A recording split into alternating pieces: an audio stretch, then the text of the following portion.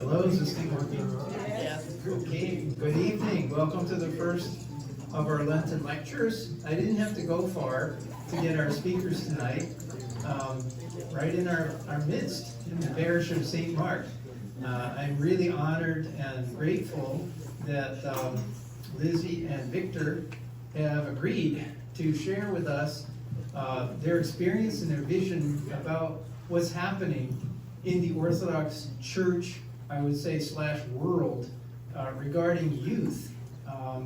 And what I asked them to do, whether they'll do it or not, I'm not sure, but I'll take whatever we get from them tonight, is to sort of talk about, the youth activities and things that have been taking place on a local, national, and international level.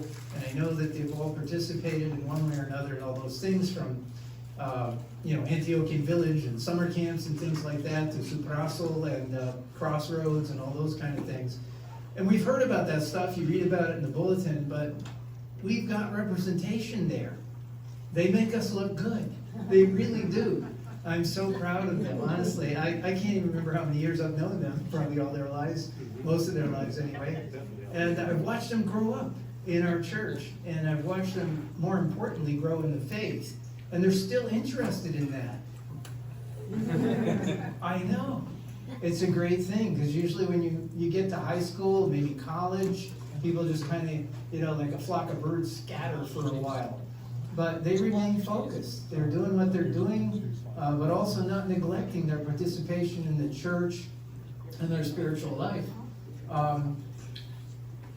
They're ambassadors. That's the word I would use for not only Orthodoxy, but for St. Mark Parish. And I was only half joking when I said they make us look good.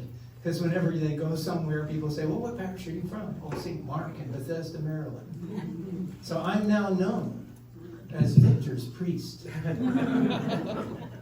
I'll take it. That's okay. All right, without any further ado, I will stick this thing in there and hope for the best. All right. Go for it. Thank you. Okay. Hello? Can you hear me? Yeah.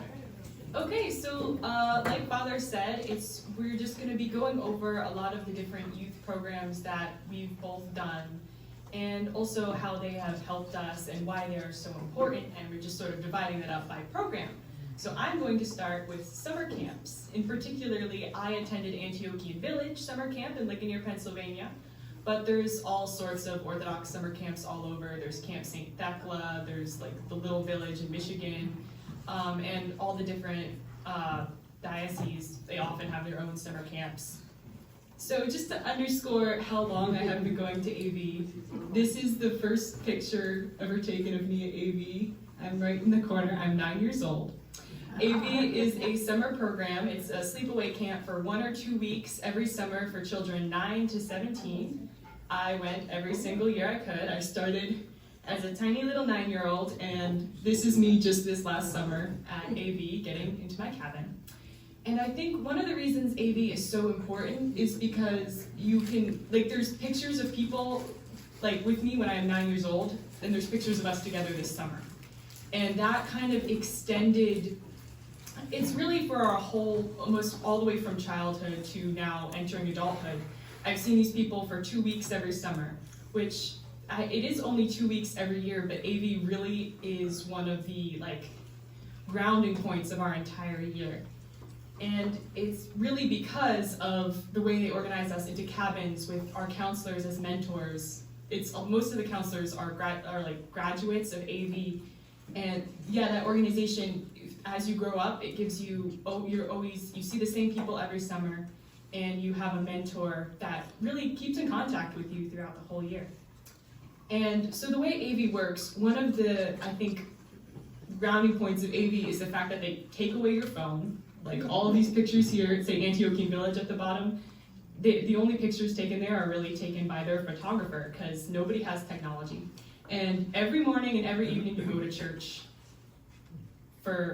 and then Wednesday and Sunday you have Divine Liturgy. And Father Chris, who is currently the director of AV, he always compares this when we talk about it to almost like a monastic existence, just for those 2 weeks.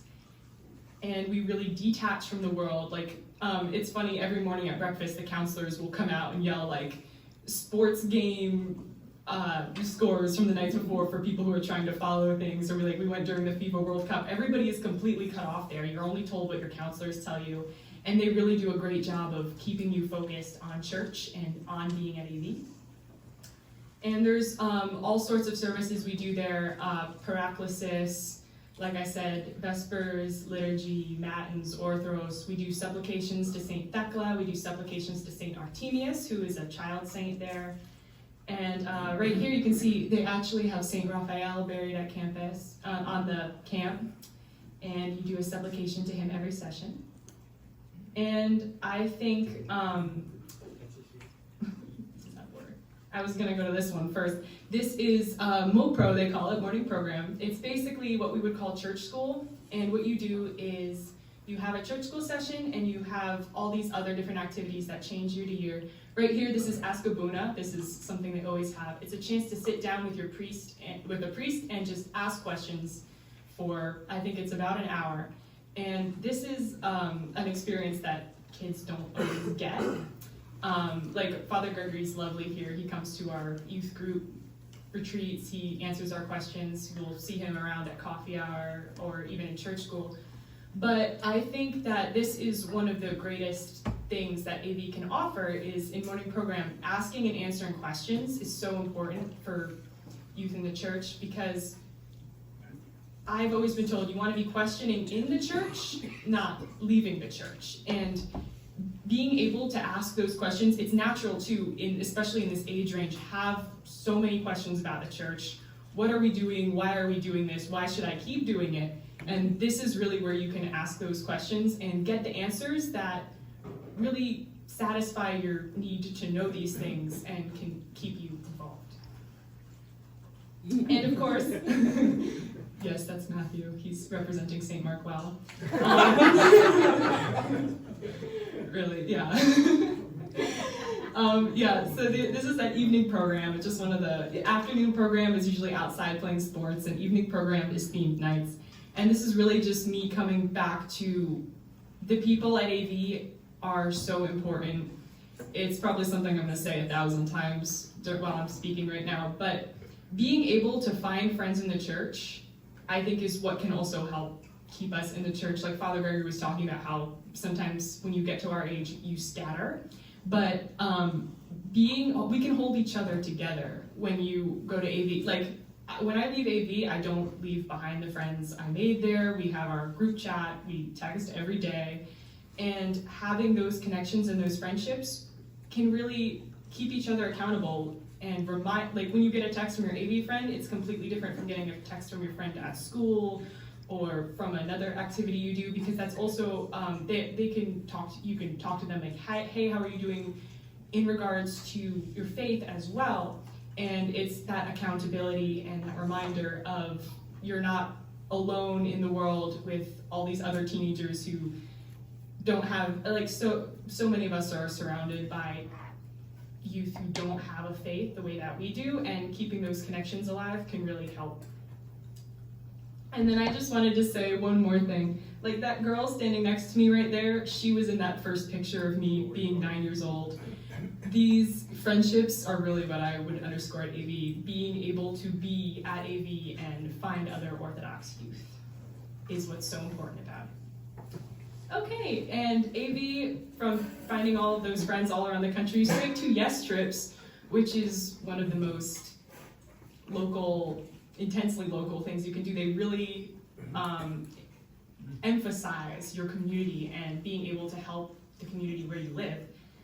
So we just had one of these last spring at St. Mark. This is our team group that morning. It was the second Yes Trip I've been on. I also went on one in March 2020, right before things happened. But really what a Yes Trip is, it's roughly divided into 3 sections. So here we're getting ready in the morning, and it opens with a talk about what you're going to be doing that day and the attitude with which you should approach it. Yes Trips are all about service. They're all about being able to connect with others around you, even when it might be a little uncomfortable.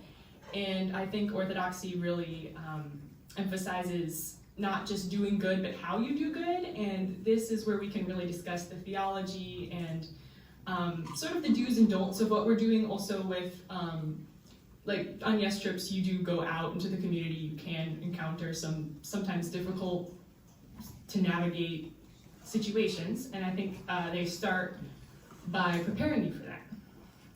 And so then the next portion of the Yes trip is usually a service project. My first Yes trip, we went to B. Gaddy's food pantry in Baltimore.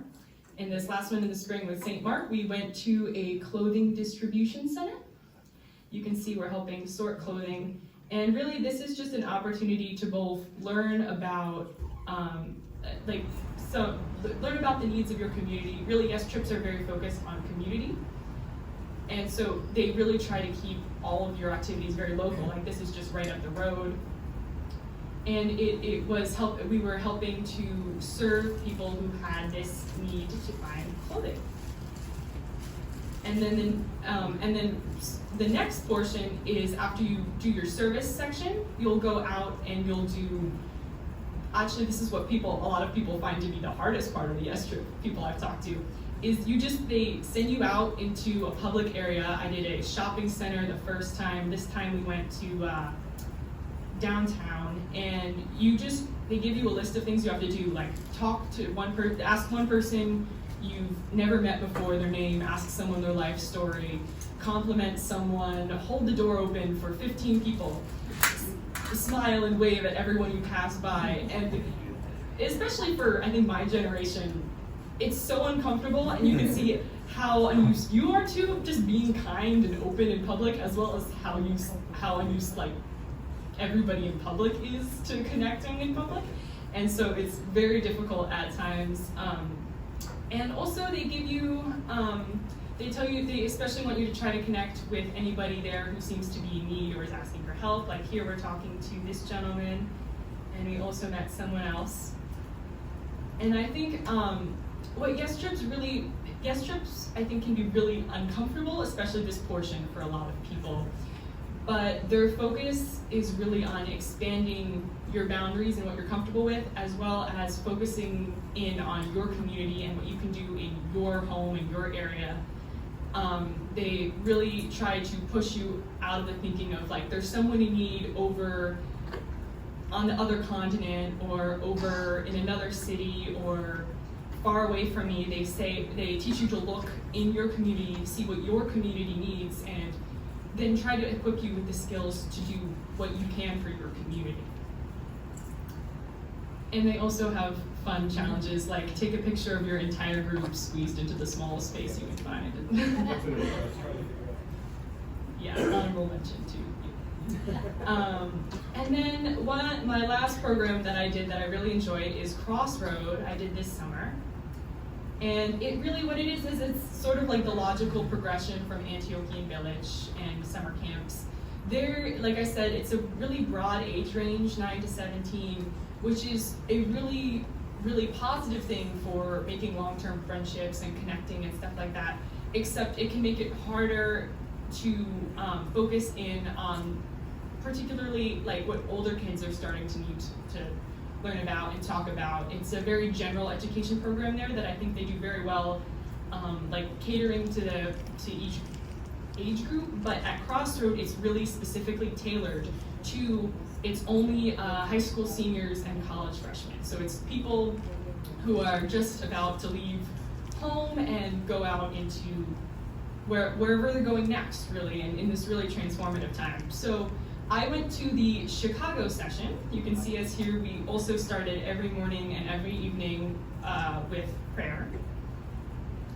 And then something else Crossroad really focuses on is solitary thinking and journaling time, something that's like harder to enforce with younger kids, but now as we're getting older, they really, they do this quiet time every morning. It was really funny because we were like sitting around campus and there's just like 60 kids spread out silently, and there's people like walking their dogs through us, very confused. But this was a really helpful time to also, they had you do reflections on each lesson you did and things like that. And the other portion of Crossroad that I think is very unique is they do these things they call Emmaus walks. So it's based off the story in the book of Acts of on the road to Emmaus, and it's about encountering Christ in somewhere you never thought you'd see him before. So basically what they did was they paired us off with complete strangers. Like when we got there, no one knew anyone. We were all complete strangers. So they'd pair you off and make you just like walk in a circle for half an hour until you like knew the other person's whole life story, and then they do it again. And I think this is really great because Crossroad is only 10 days, but after those Emmaus walks, you felt like you knew everyone and you were best friends.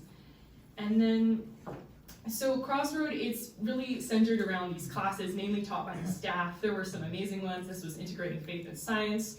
There were ones about like suffering, why do we suffer? There were technology and faith, all of those sorts of topics that are really coming to the forefront as we reach this age and we're trying to figure out how to be Orthodox and also be an adult in this world. And so it's structured around, and they also have amazing amazing speakers come in. Like this lady did Orthodoxy in the public sphere. She was an Orthodox psychiatrist, and this was really fascinating because she was talking about all the new regulations they're putting on psychiatric practice, all of the new, there's Orthodox psychiatric professionals who are basically like losing their licenses for not signing certain documents that they have to, not agreeing to certain practices.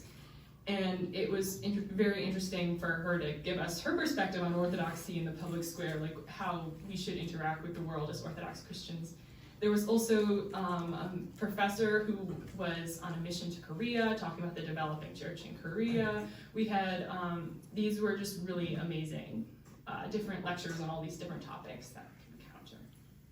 And really what Crossroad is it's broken into 3 parts. It's who am I, who is God, who is my neighbor. And in particular in Who Am I, they really focused on vocation and finding your vocation, which, like I said, it's very catered to these like 17 and 18-year-olds who are all trying to figure out what we're going to do.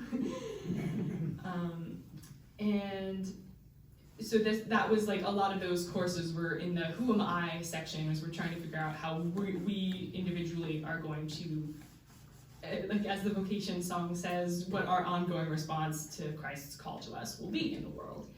And then as we moved into the Who is God section, we had these amazing lectures by, this is Deacon Michael Azar. He is a biblical scholar. He's a professor, and he gives courses on the Bible to college students. And he did this amazing lecture that was basically confronting all of the historical objections people have to the Bible, in particular to the Old Testament and the New Testament, and like when they were written. And he was really explaining to us how it's okay that the Bible was written by men, and telling us the context of who wrote the Bible and explaining it through that lens. And it was really fascinating, especially as many of us had, read the Bible, listened to it in church, but never really looked at the historical context of the Bible. And we also had Dr. Peter Butenev come in and explain, he did these different, it was a series of 3 lectures, but they were all about like, how do we know an unknowable God? And it was fascinating, and also it was sort of in line with the Who Am I, Who is God, Who is my neighbor format. So this was just amazing. And after each of these, they really emphasized discussion, reflection, and like in small groups. So you would do discussions after each one of these lessons and periods, where you could talk and once again ask questions. And when you had something that was like confusing or making you like misunderstand, you could really just sort of get it out there and have someone explain it to you. And we also had Dr. Rossi come in. I had to include him because he's the only person to have been to every session of Crossroad that has ever been. He gives these amazing talks that are definitely not for like 9-year-olds. A lot of us were very uncomfortable in some of these talks, but I think that they were incredibly important and definitely worth mentioning as one of the most important parts of Crossroad, really speaking to us as adults and as young adults about Orthodox faith and really realistically what we're going to have to confront and deal with. Oops. And I also think another amazing part of Crossroad was we didn't spend all our time in the classroom learning. We actually did a whole bunch of church visits. Here you can see none of us are wearing shoes. We're in a Malankara church, which is Indian Orthodox. And we just visited all these churches and learned so much. Like Crossroad is with Hellenic College, Holy Cross. It's under the Greek Archdiocese. But we visited, this is the Indian church. We did Ukrainian, we did OCA. We visited all sorts of different churches in that area, and it was really amazing because we were all from different dioceses. And not dioceses, what's the word I'm looking for? Jurisdictions, thank you. And it was really cool, so everybody could be like, oh, this is how I go to church, this is how I go to church, and all the little differences, as well as, of course, Malankara Orthodox, they have a lot of differences. We're not actually in communion with them, so we can learn about that and what the distinctions were and why they were important. So I think this was a very fun way to keep learning, but also get to go out and explore and just see some really beautiful church buildings. We were also able to visit 2 Serbian monasteries while we were there, and this was the church where we venerated Saint Medarie, who was, he was in the news a couple years ago. He's very recently they discovered that he was incorrupt. He was a Serbian bishop who came over very early to America, I believe, and we were able to venerate him. And one other amazing thing that they do at Crossroad, I think, this is Evening with the Saints. So you can see this table up at the center. And basically they had contacted a bunch of churches around, and also, I don't remember his name, but they had pretty much all, like a whole table full of relics of saints for us to venerate one night, and we went through like all of the saint stories, and also like why we practice veneration in the Orthodox Church, because that's very unique and different and sort of very Protestant America. And we got to venerate all of those saints' relics, which was really amazing. And so, like Antiochian Village, I think Crossroad was amazing as sort of bringing the church together, making Orthodox teenagers realize that they are not the only Orthodox teenager that ever existed, even though it feels like it sometimes. And really, I think what Crossroad excels at is education, sort of saying the quiet part out loud, and once again allowing young adults to ask their questions and question the church, and sort of really get everybody has doubts and questions at this age, and really put it all out there. Say how you're feeling, say, I don't understand this, I don't understand why we do this, and really get an answer that makes sense to you. Oh yeah, and we also did fun things. Like here we're on a boat on the Chicago River, and we went to see the bean. It was really great. And yeah, that's us. Oh yeah, and then the final segment, I forgot about this part. Who is my neighbor? So it's really like the Yes Trip sort of format, where a lot of people were kind of uncomfortable doing this. This was very hard. We visited a nursing home, except it was a Greek nursing home, which I think they did because a lot of them were Orthodox or icons all over there, except a lot of them only spoke Greek, so this was very, very difficult. But it was really great. We were like Greek dancing for them, and they loved it. It was amazing. Oops. And then we also did liturgy on the streets, which was sort of the culmination of the whole week, which was also very, very difficult. It was sort of like what we do at Yes Trips, but more extreme, where they broke you down into groups of, it was like 3, this is my group sharing. It was 3 of us and a one of the staff, and we really just wandered around downtown Chicago, and they're like, you have to talk to everybody, you have to help anybody you can. It was really difficult, and there were some like sort of weird things that happened, but I think it was a really good experience, and yeah, it was definitely new and a challenge. And with that, I'm going to hand it over to Victor.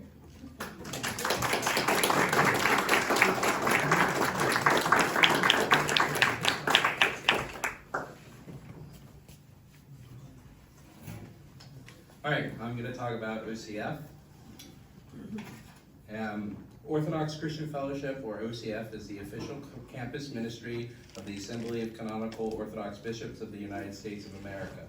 OCF is a pan-Orthodox campus ministry that supports local OCF chapters.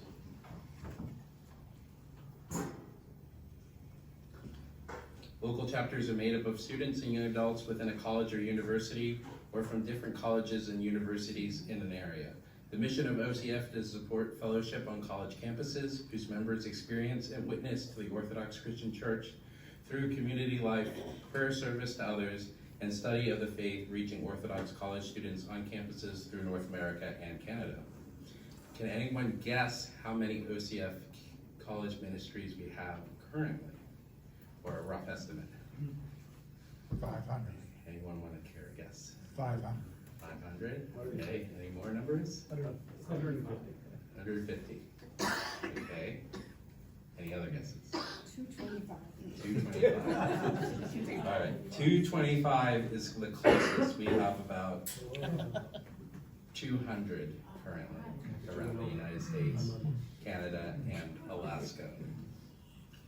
OCF does this work by working continuously to improve in the areas of leadership training, high school to college transition, and college to parish transition through new and innovative programs, as well as partnerships with other organizations in the Orthodox world. OCF programs and partnerships offer an environment for students interested in deeper spiritual experiences. Every year, Real Break College Conference and similar events are hosted to enrich the spiritual lives of students. These programs stand apart as premier services and educational opportunities available to any college student. Most importantly, OCF continues to provide a home for students on college campuses across the continent. And these are a few of the OCFs that I attended.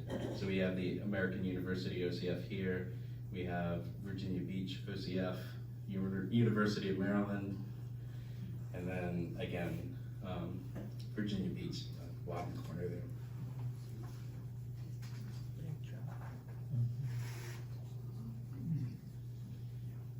OCF holds its annual college conference in December after the Feast of the Nativity. College Conference is an annual three-day gathering of college students from all over the country to grow in fellowship, dive deeper into their faith through speakers and workshops around the conference theme, worship together, and serve. College Conference takes place in 2 locations, here east at Antiochian Village and Boulevard, PA, and the Midwest at St. Jacobus Retreat Center in Kansasville, Wisconsin. In 2016, I attended my first college conference. OCF College Conference East was a whirlwind of social and religious activities. The conference included church services, a lip sync battle, keynote sessions, workshops, and a banquet. As far as excitement goes, I definitely have to say the banquet won hands down. What made the banquet so exciting was the dances that took place after a wonderful meal. These were not your normal dances, however, for ethnic melodies or songs of choice. It was extremely interesting to see various culture styles of music and dancing. It was really neat to see everyone embrace cultural differences as we participated in the Arab dances, dubki, consisting of stomping and drum beating, the Greek line dances coupled with amazing tricks with a glass of water, and finally the Carpatho-Russian spinning dances to polka music.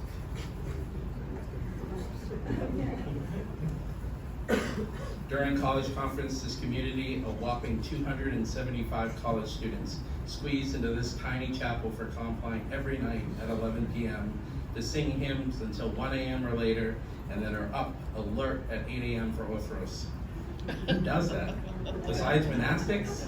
The College Conference East tribe, that's who. The extraordinary power of college conference originates from our communion with God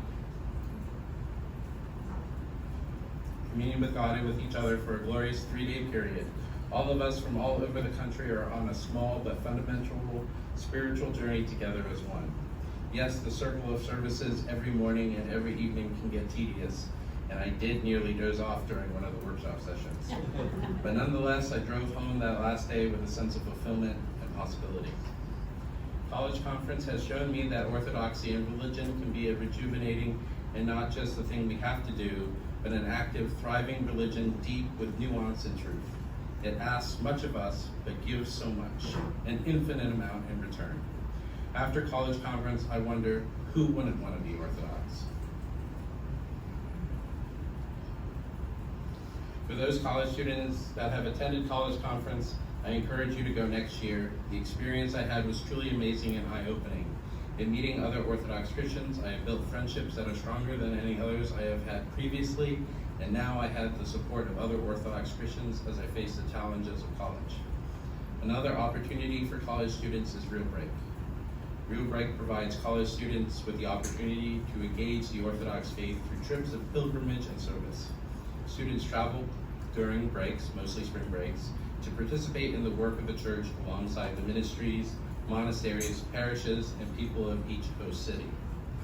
Each year, hundreds of thousands of college students take trips on their spring break from school. The Orthodox Christian Fellowship Real Break program provides a powerful alternative to the traditional spring break, which many times can be nothing but foggy memories and empty experiences. As a national program of the OCF, each year a number of Orthodox institutions are selected to host teams of Real Break participants who, during their spring break from college, commit to a week of service, worship, and fellowship. To date, in a given year, there have been up to 6 teams of up to 15 participants going out, each on a different week during the spring. And I had the pleasure of going on 3. I went to Alaska, and I went to Romania, the top one in 2015, and Romania, the bottom one in 2017. The program provides opportunities for students to participate in service projects with other students looking for the same experience, all while maintaining Christ and His church as a focus. Real Break provides opportunities for spiritual growth with one another and having a priest accompanying each group. The experience also leaves the door open to many important personal realizations. The schedule includes daily prayer in the morning and evening and nightly discussions. Also, schedules are planned to allow for many informal interactions between priest and the student and the community. It is hoped that the intense service activities, coupled with the presence of a spiritual guide, will provide a rich catalyst for a spiritual experience. It did for me. I had the wonderful opportunity to go on 3 Real Break trips, 1 to Alaska, and then 2 to Romania, 1 in 2015, and then later, 2 years later, in 2017. The Romania Real Break trip is twofold. The first 5 days are spent in Valiopopoli and Valiasprezi, Romania, at the Provita orphanage founded by Father Nicolae Tanasi, a priest of the Romanian Orthodox Church. The second part of the trip is a 2-day pilgrimage in Romania's capital, Bucharest. Both parts of the trip offer something of great value for American Orthodox students. The Provita orphanage is an opportunity to come outside yourself, to learn to love as Christ loves, and give of yourself to minister to the least of these. The joy-filled children of the Provita orphanage houses over 400 orphans. Together with the orphans, Provita also houses women in crisis pregnancies who find support at Provita as an alternative to having an abortion and a safe place for their babies. Additionally, those abused or destitute also find a welcoming and supportive home in the Provita village, where they're integrated into the life of the community and the church. Upon arrival, children were begging us to follow them into their homes, play with them, share their chocolates, and show us their rooms. Our hosts fed us as soon as we arrived. The children and adults lined the one street of the village, peering through the fences and out of the windows to observe us, not as strangers, but as new members of the orphanage, new members of the family. By the end of the week, it was so hard to bear the thought of leaving our new family. We woke up at 5 a.m. to sit on the icy swing set and see our new brothers and sisters off to school. We waved goodbye to pieces of our heart rather than broken pieces of society, as people often consider orphans to be. These 3 kids I met in 2015 when they were a lot shorter, and then I was able to see them again in 2017. So that was a real joy of mine.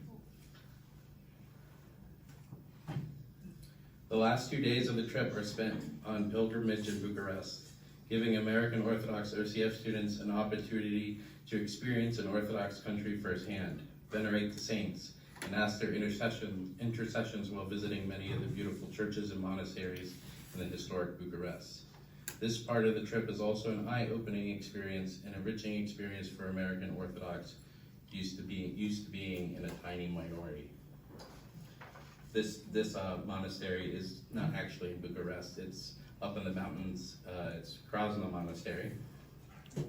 It's a men's monastery. And this iconography is all outside, exposed to the elements.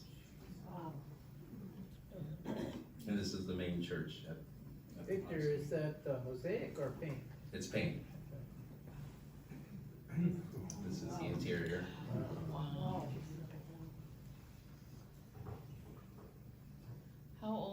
church? I don't remember, but I think it was repainted, I wanna say in the 60s, I think. And this was our group in 2015.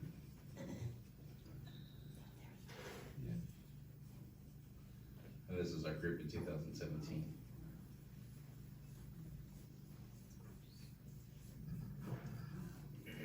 This is the icon just outside. The Last Judgment icon, as we just celebrated Sunday of the Last Judgment. This is on the other side of the doors. St. John of the Ladder.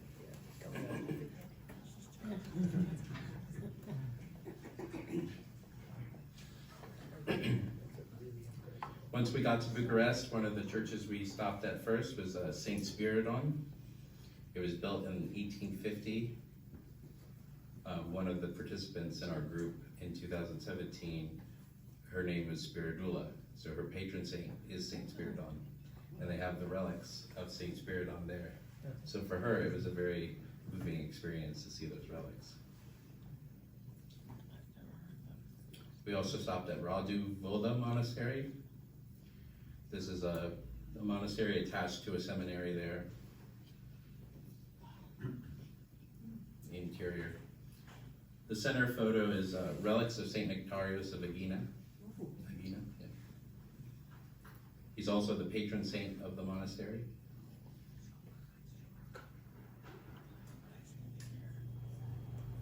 This is St. George the New. St. George the New also hosts two very important relics. But this is outside facing up. So if you look at the previous photo, you can see the iconography kind of behind the pillars, but this is looking up. Very, very bright. What lens did you use? I think I had a 10 to 20 Okay. there, and I think I was shooting right at 10, Very good. and I was like on the ground. Okay. Just curious.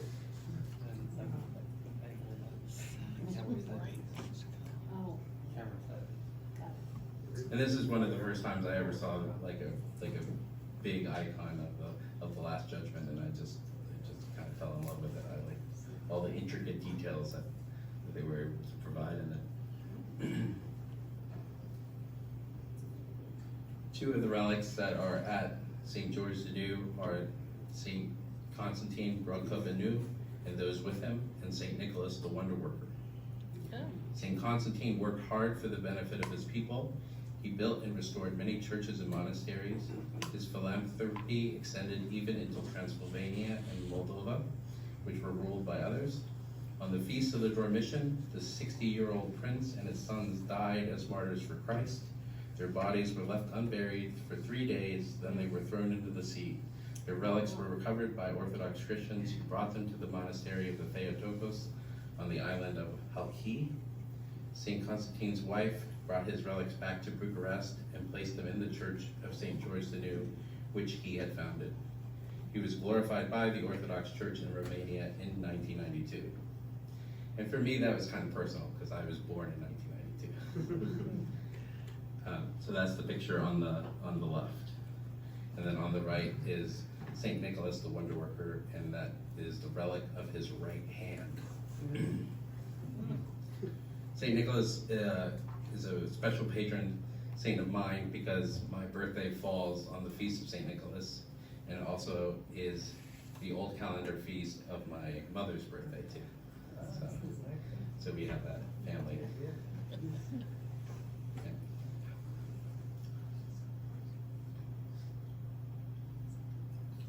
In March of 2016, I had the chance to go to Alaska on another Real Break trip.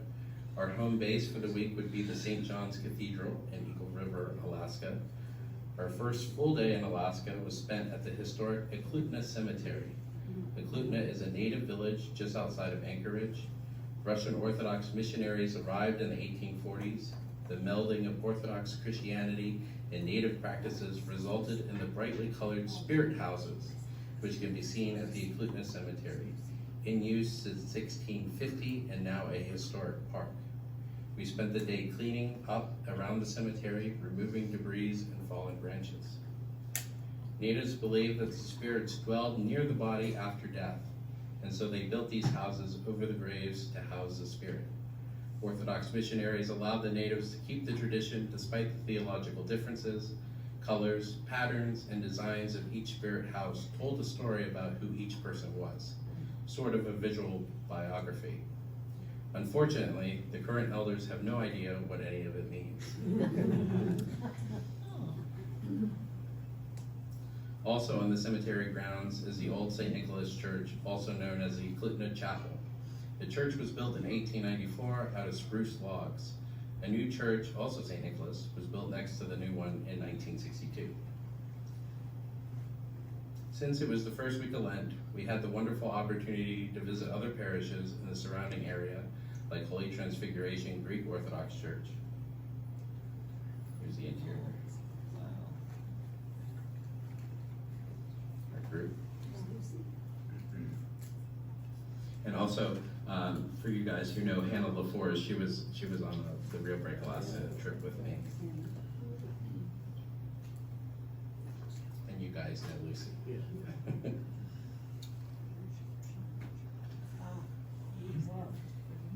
This is St. Innocent's Cathedral. It's the OCA Cathedral in Anchorage, Alaska. Yeah, let's go. And we went there for Pre-Sanctified.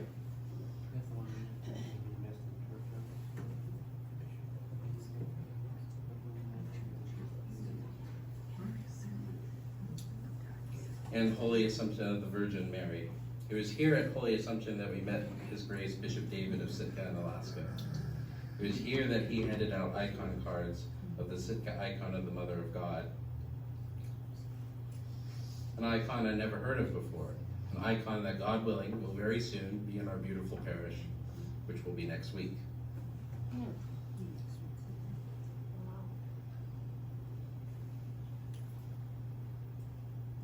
His Grace Bishop David was consecrated as the Bishop of Alaska 2 years before this photo was taken, and he passed away 4 years after the photo was taken. Sometimes events just appear out of thin air. Thanks be to God. In May of 2015, I got an email from Father Gregory asking if I wanted to go on an all-expenses-paid trip to Poland. Who would say no to that? I had the opportunity to participate in a Syndesmos conference. Okay, but what is Syndesmos? Syndesmos is the World Fellowship of Orthodox Youth. It was founded as the Federation of Orthodox Youth Movements and Theological Schools around the world. The organization worked under the blessing of all the local canonical churches to serve the church by promoting unity, witness, and renewal. Syndesmos, in Greek, means bond of unity, and takes its name from St. Paul's letter to the Ephesians 4:3. Syndesmos was founded in 1953 to encourage contacts among Orthodox youth throughout the world. At its peak in the 1990s, the fellowship was made up of 121 member movements. These are various Orthodox youth organizations and movements and theological schools from more than 40 different countries.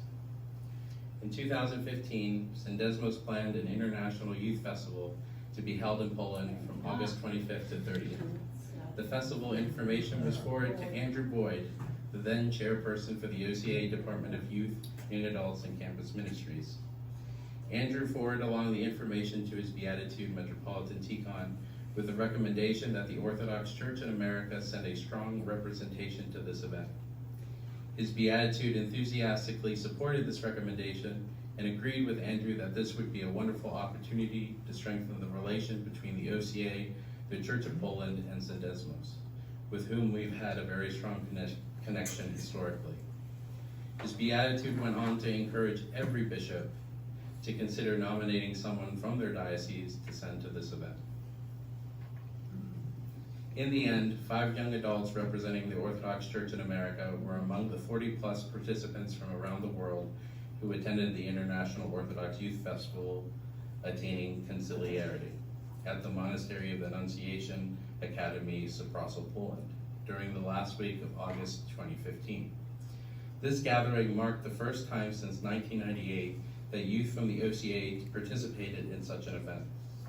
I was representing the Archdiocese of Washington, while Janine Alpha, William Kopcha, and Joseph Green represented the Diocese of New York and New Jersey, New England, and the Diocese of the South, respectively.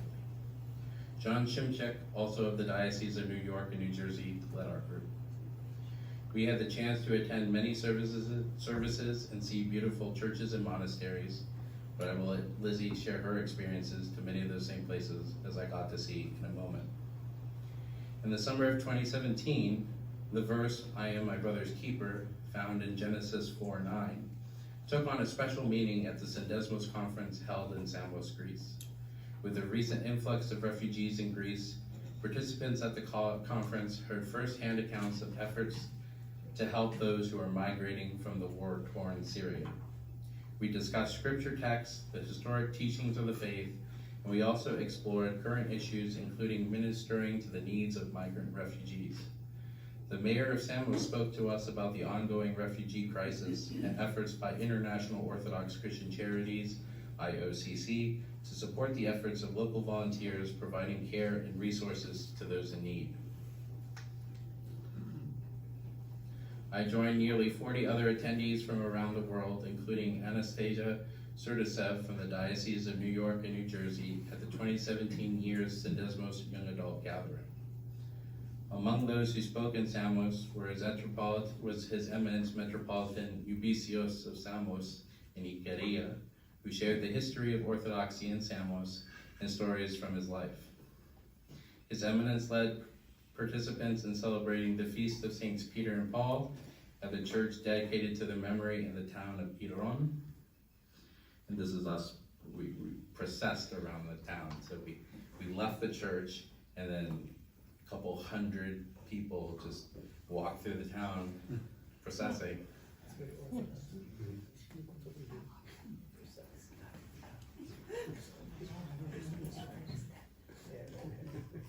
And here, His Eminence saw me, and he just like took his cross and like blessed me because he saw that I was taking pictures.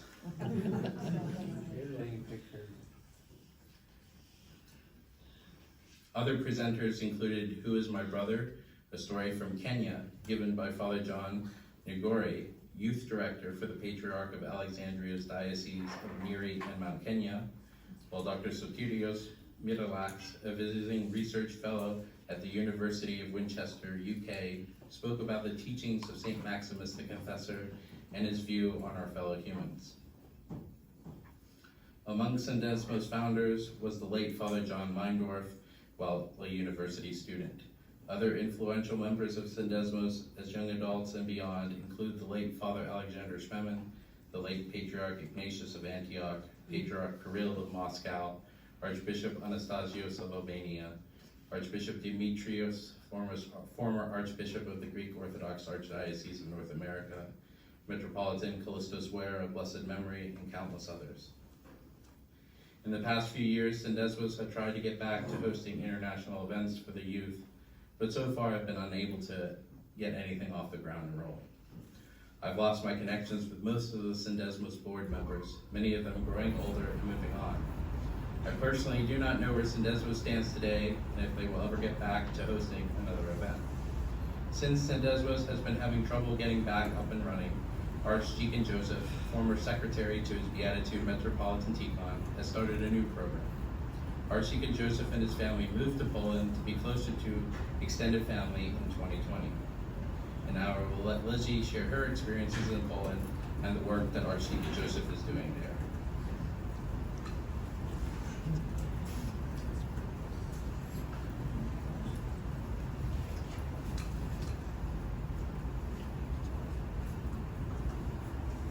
Suprashal.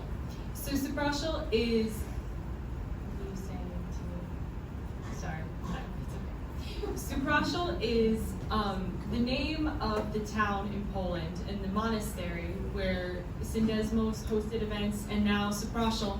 Basically, Deacon Joseph tells us a very funny story about how he was talking with the Metropolitan Poland, Metropolitan Sama, and he was like, oh, what happened to Syndesmos? We need to get Syndesmos going again.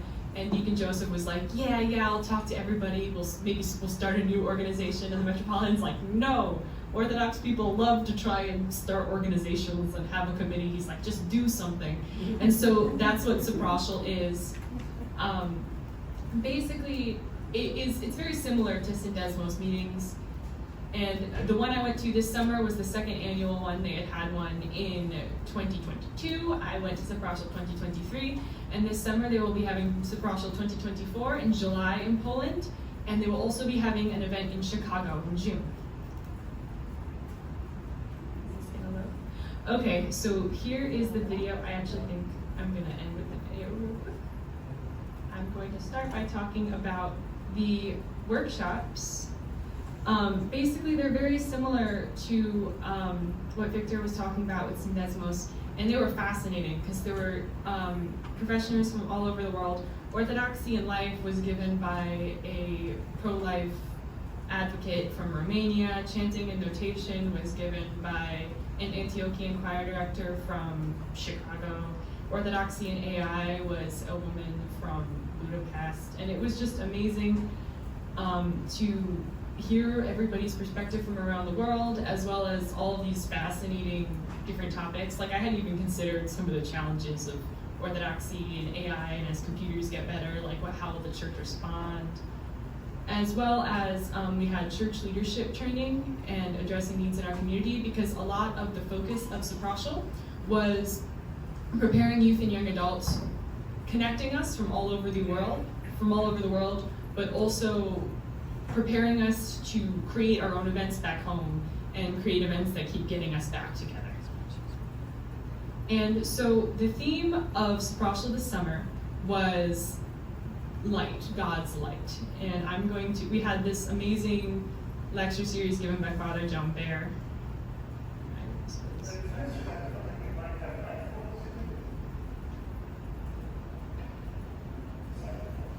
Means you don't have it. I've come that you might have life, but means you not yet have it. I've come to affirm you in your so-called life, so that you can make your own buckets as long as I've come that you might have life, because you don't have it, but to have life you've got to follow me. Yeah? It's all the way through the gospel now. Yeah, he's amazing. It was very funny. He would ask us questions and people would be like, oh, well, in this part of the Bible, or give some long answer. And he's just like, no! And yells out the simplest answer possible. He was so great. Are we gonna keep going?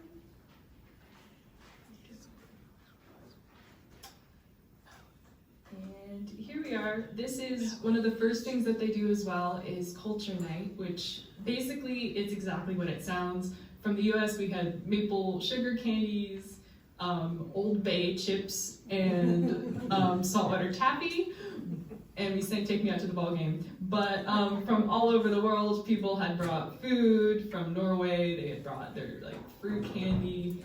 They had a whole table full of Polish food, and it was amazing. We did all the fun dances. We learned a Hungarian dance, a Norwegian dance. We did dobka. We did, we had Ukrainian dancing. It was amazing and really fun, and it was how we all got to know each other and start to make friends. Oh, and here's the church services. So this is in the church. So at the monastery, there's the main church and the smaller side church, and we thought we were going to be in the smaller side church, but the monks were very kind and moved their services there for the week. We were there and let us have the main church. Let's see if this works.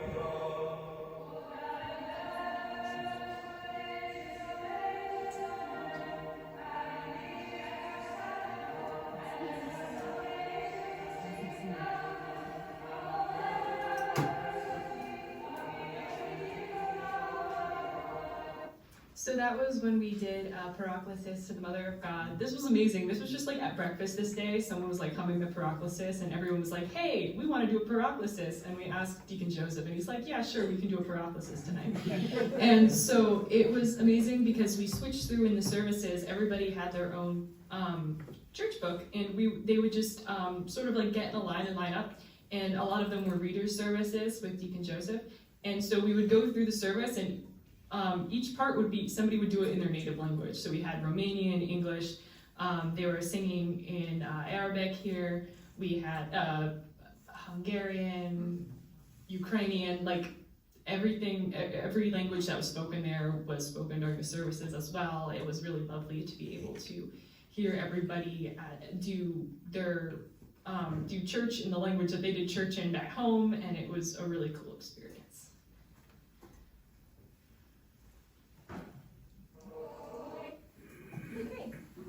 And we also got to go on these excursions around. This was in Białystok. We also got to go to the forest in Białowieża, around to Warsaw. But the biggest thing we did the whole week, the reason that the theme was light is because at the end of the week was Old Calendar Transfiguration. And that meant the pilgrimage to Grabarka, the holy hill of Grabarka. You can see here, this is the back.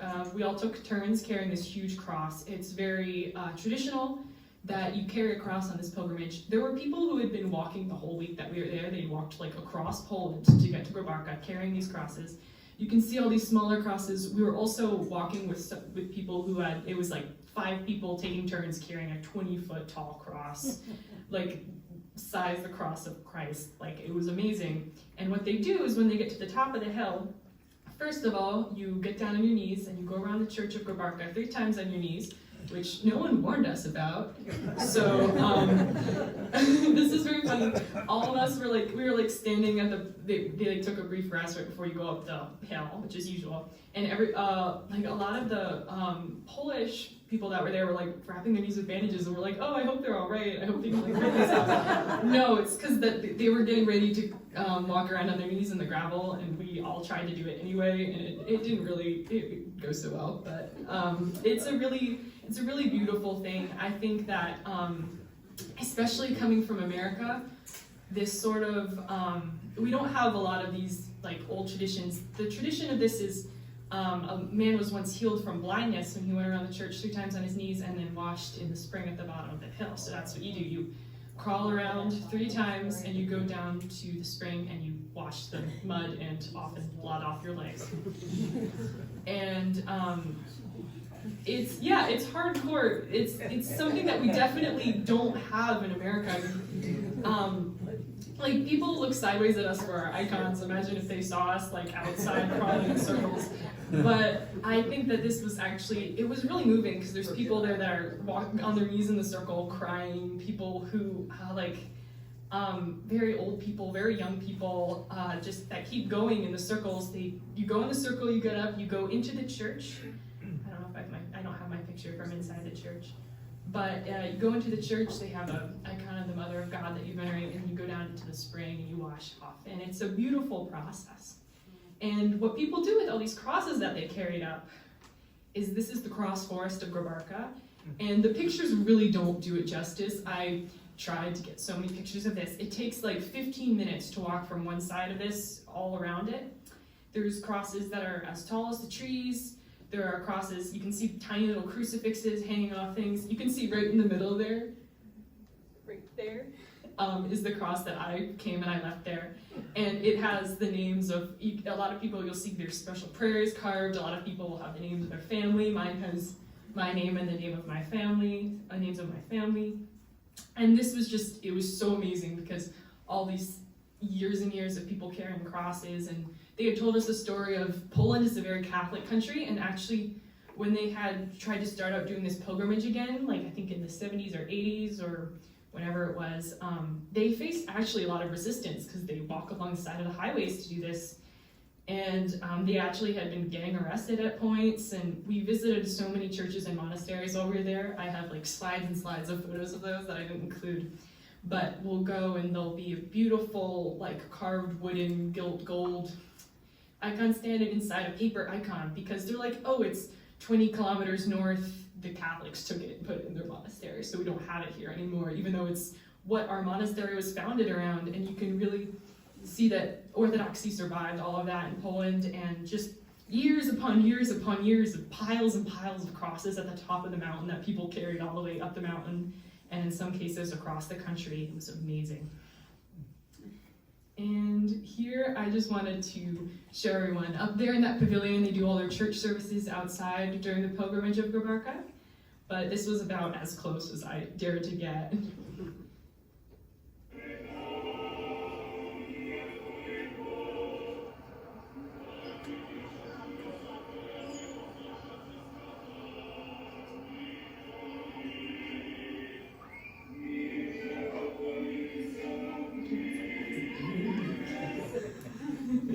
Yeah, they were doing, so it's literally the whole, like, they call it the Holy Hill of Grabarka for good reason. The whole mountain will be covered with people sitting. This was actually I was in one of the less crowded areas here. There's people pressed shoulder to shoulder to shoulder to get close up here. They were doing anointings after the service, and I tried to go up and do it, but I honestly got kind of scared. There were so many people. It's just an incredibly moving experience coming from, the US, where, like, we love our Orthodoxy here, but we just don't have mobs of people show up and elbow each other to try to get anointed by a metropolitan. It's just, it's a really moving and really beautiful experience. And now I'm going to show you, we had a videographer there with us this summer, and they put together this video.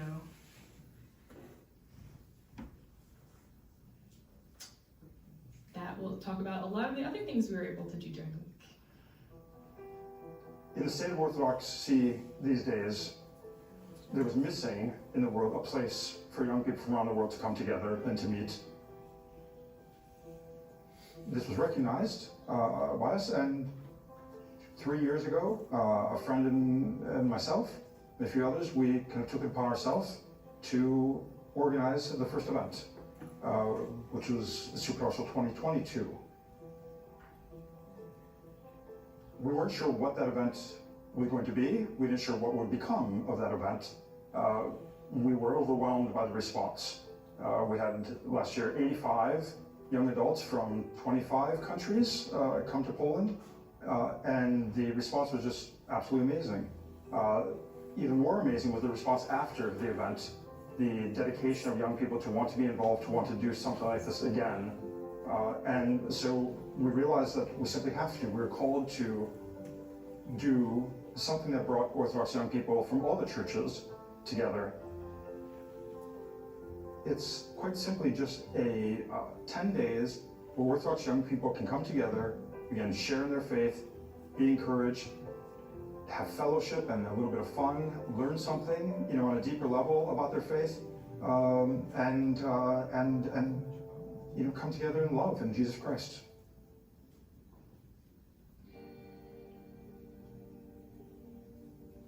Well, this week I'm at the Suprafan conference at the monastery with which it shares its name.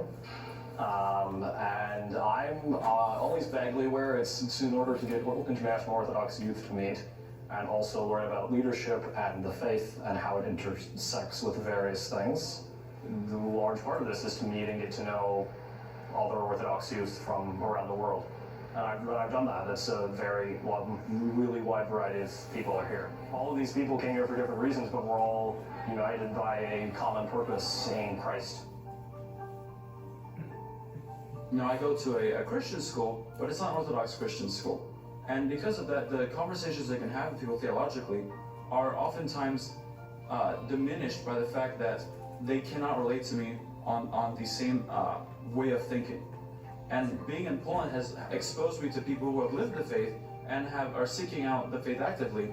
And I'm able to have conversations with people that not just edifying to me, but also widen my perspective on different ways to view the faith for young people.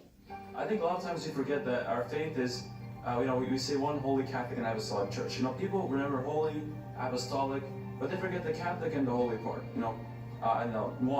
Catholic and the one part. They forget that we are universal, and they forget that we are one. And in America, we kind of see that, oh, if you're a Christian, you must be Antiochian, or if you're a Christian, you must be Greek. And the fact of the matter is that that's not a good way to view Christianity. Although we're all created in His image and likeness, that doesn't mean that it all looks the same throughout each part of the world. And that each way God manifests Himself, and the Holy Spirit manifests His works in humans, looks different depending on the reflections of their own culture. And I think going to Shaprashal and seeing that is something that a lot of people can gain from it. We were in some churches and monasteries that are in Poland, in Podlasie. And also we were in Białowieża, where are we right now. And we walked through the forest and go to sanctuary when we saw the European bison and deers and other animals that I don't know the name of in English. And you can see our country and see maybe something different, and like see how we live and how our country looks, and maybe also fall in love with it, or like, or at least like it as we like our country. One of the, I think, most poignant moments this week for a lot of people was a play that we saw on the life of Saint Maria of Paris. Saint Maria and her work is really inspirational to what we do. I think it's inspirational to the participants, and simply gives an example for us all of what we can do locally, individually, and together globally to help change the world. It was actually really amazing for me because Mother Maria is a saint that I myself feel very close to. I think what this conference is aiming for is to create Orthodox leaders and to create action. And like Mother Maria's, like her one quote, for all of the interesting theories aren't worth anywhere near as much as one insignificant action. Her whole thing was monasticism in the world, and what we're doing here is orthodoxy in the world, orthodoxy throughout the world. This is meant to unite all the Orthodox people of the world. There's like a convention of Orthodox people from all around the world, and that's what she wanted. She was Russian in Paris. She's connecting with all of these people who have lost their country, and here we're trying to build bridges between countries. Her example of doing something, anything, whatever somebody asks you to do, whatever somebody needs you to do, that's the sort of leadership that the world needs. This year, our event was kind of a mix of leadership training, theological, and practical. The first 2 days were pretty intense in that way, in terms of kind of leadership training. We then kind of moved in the week to more theoretical, let's say, knowledge. We had Father John Baer, a great theologian, who come and share with us, teach us, how important it is to live scripturally, to understand our faith through Scripture. It was very challenging for many people, and in very simple ways. We like to often complicate what's really simple in our faith. And Father John helped to show us that our faith is simple, but we need to live and think scripturally. And so that was an important part of the week. I think it was challenging for everybody at different levels. Some people were challenged to take their understanding of faith deeper. Some people were challenged to understand their faith for the first time in a deeper way. And so then we kind of moved from that, and we had a number of more informal workshops on things like orthodoxy and artificial intelligence, orthodoxy and ecology, orthodoxy in life, which talked about things within the pro-life movement, and how we live in those ways, how we lead, in those forums. And then we further moved on to a lot of fellowship, just being together.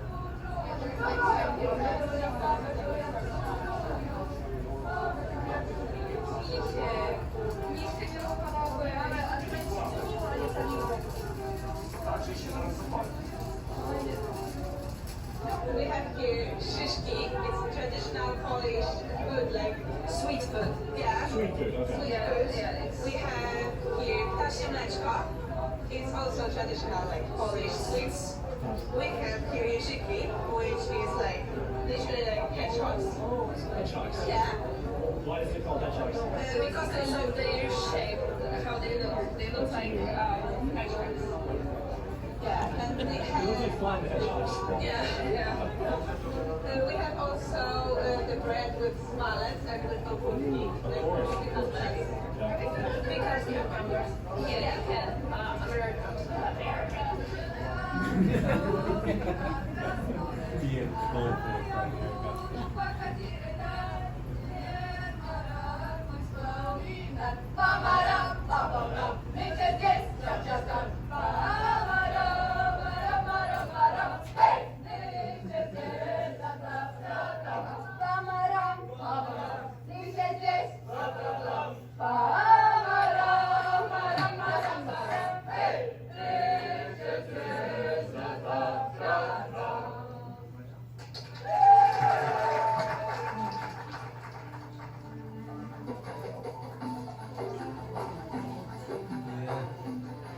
I'm gonna teach you another one. Another one is actually more fun than this. More fun. Yeah. Now we go forward, right? 1, 2, 3, and then like yeah, that's the hip. Pilgrimage is something. I think in many ways, doing a pilgrimage is something that we in our modern culture have lost the sense of, you know, like traveling in order to go to a holy place. Pilgrimage is always symbolizes our entire life in many ways, because we're in a pilgrimage on earth. It reminds us about, you know, life in Christ and the cross that we carry, but there's also a lot of fun, and which is, you know, life in Christ. The Christian life is the most blessed and wonderful lives.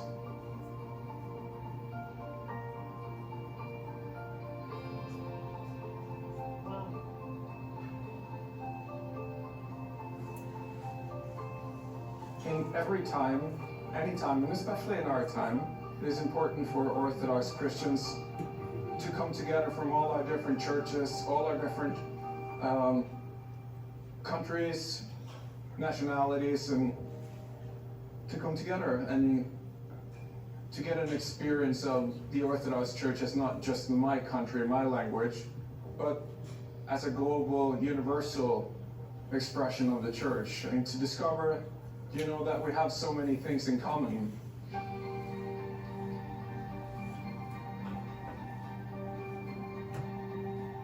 We share the most important thing, which is Christ, and He unites us all. And I think that's just, for me, it's just such a wonderful experience, and I think it's something that more people should experience.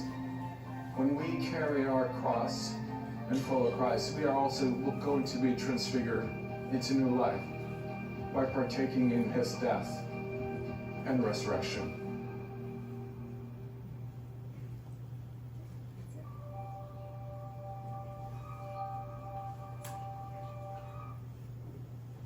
Okay, that's all I have. Thank you very much.